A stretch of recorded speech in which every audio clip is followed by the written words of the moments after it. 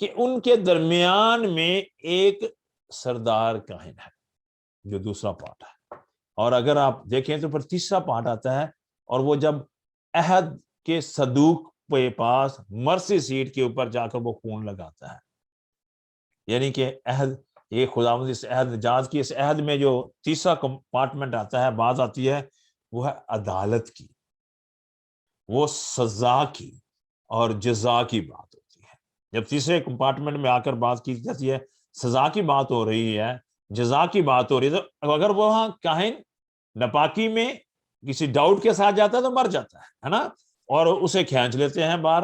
اور اگر وہ پکیزگی کے ساتھ جا رہا ہے، خدا پر پورے ایمان کے ساتھ، تو مرتا نہیں ہے، بلکہ جب وہ مرسی سیٹ پر وہ خون لگاتا ہے تو تمام قوم کے گناہ، ہیکل کے گناہ جو پورے سال میں وہاں ٹرانسفر ہو جاتے ہیں، وہ دھل جاتے، معاف ہو جاتے ہیں۔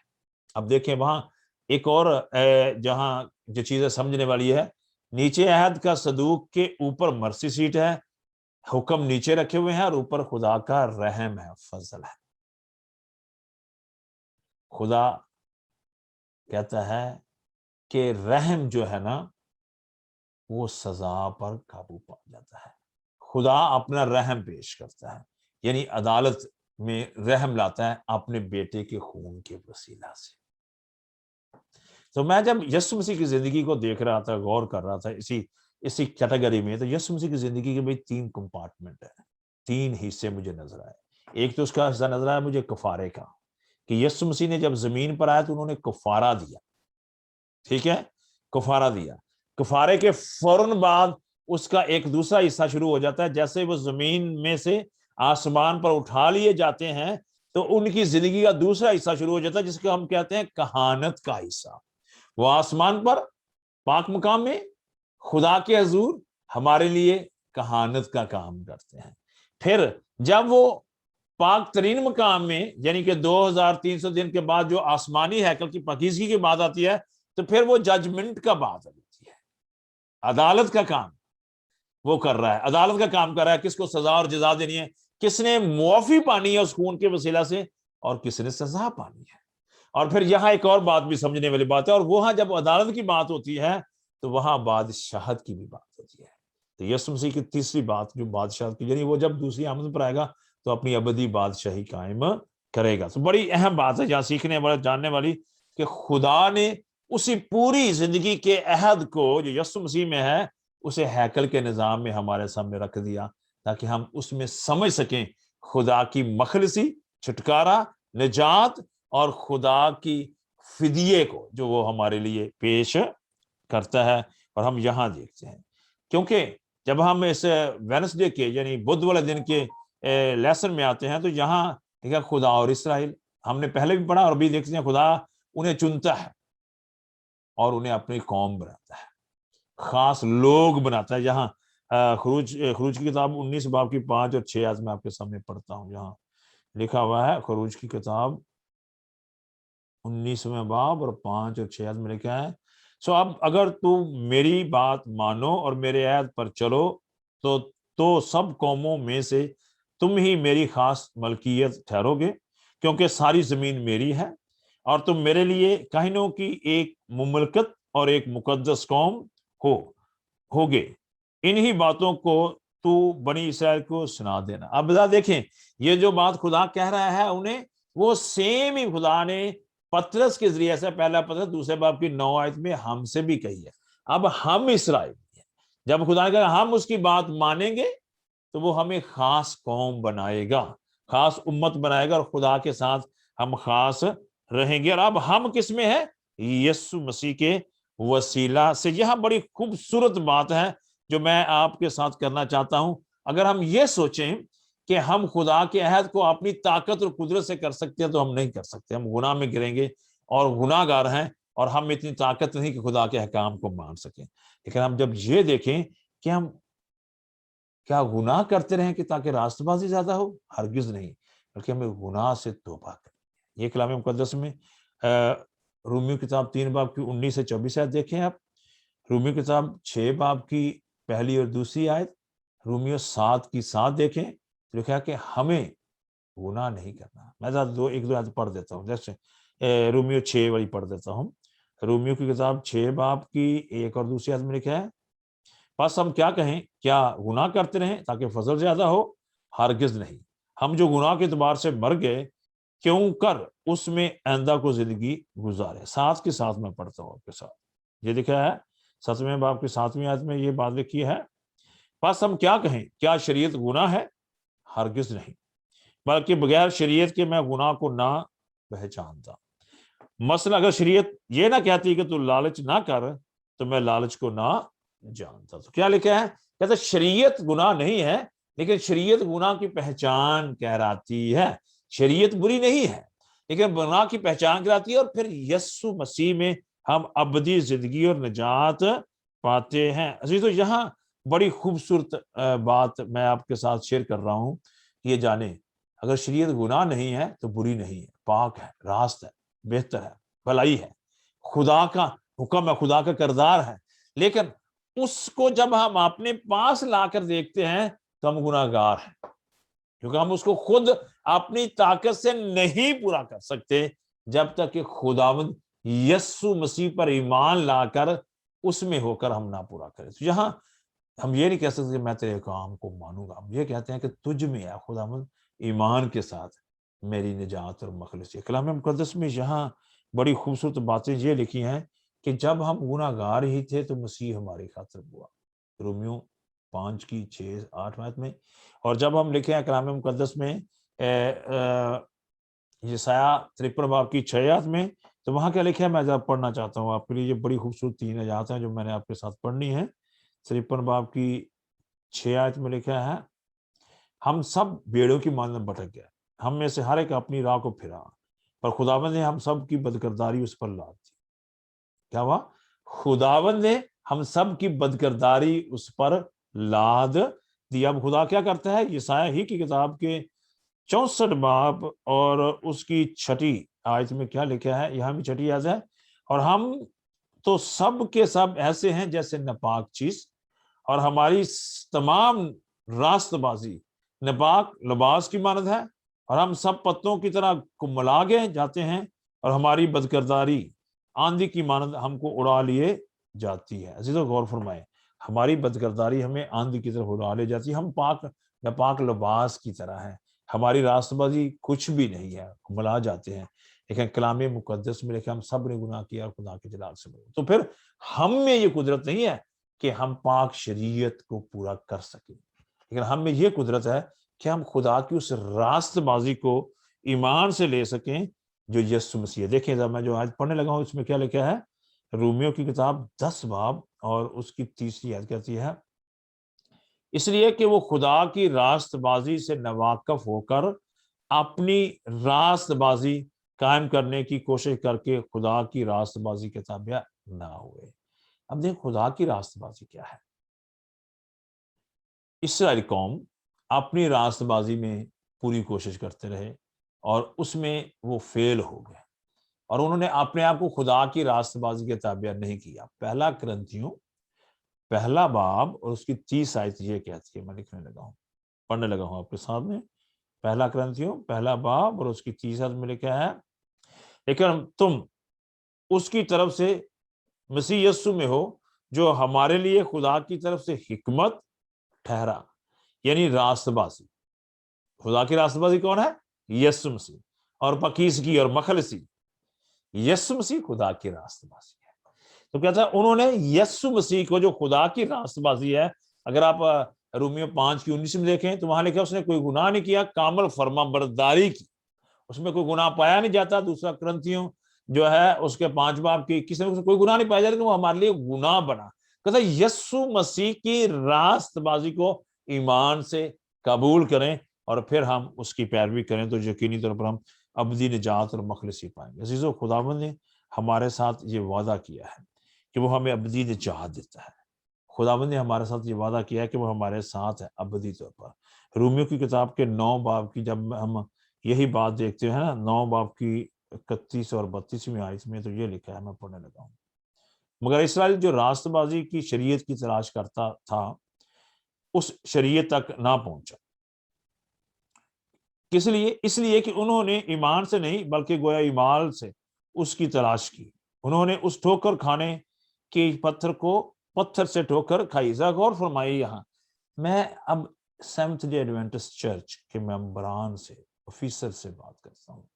شاید ہم بھی اپنی راست بازی سے کام کرتے ہیں، سوچتے ہیں کہ ہم بچ جائیں گے، بچائے جائیں گے، یا ہم سوچتے ہیں کہ ہماری یہ راست بازی خود کی جو ہے میرے اندر ہے وہی سب سے اعلیٰ ہے اور میں ٹھیک ہوں، میں کر سکتا ہوں۔ عزیزو غور کریں، ہماری راست بازی گندی دجیوں کی مانند ہے، ہمیں طاقت نہیں کہ ہم راست باز ہو سکے، خداوند کی راست بازی ہمیں راست باز کرتی ہے۔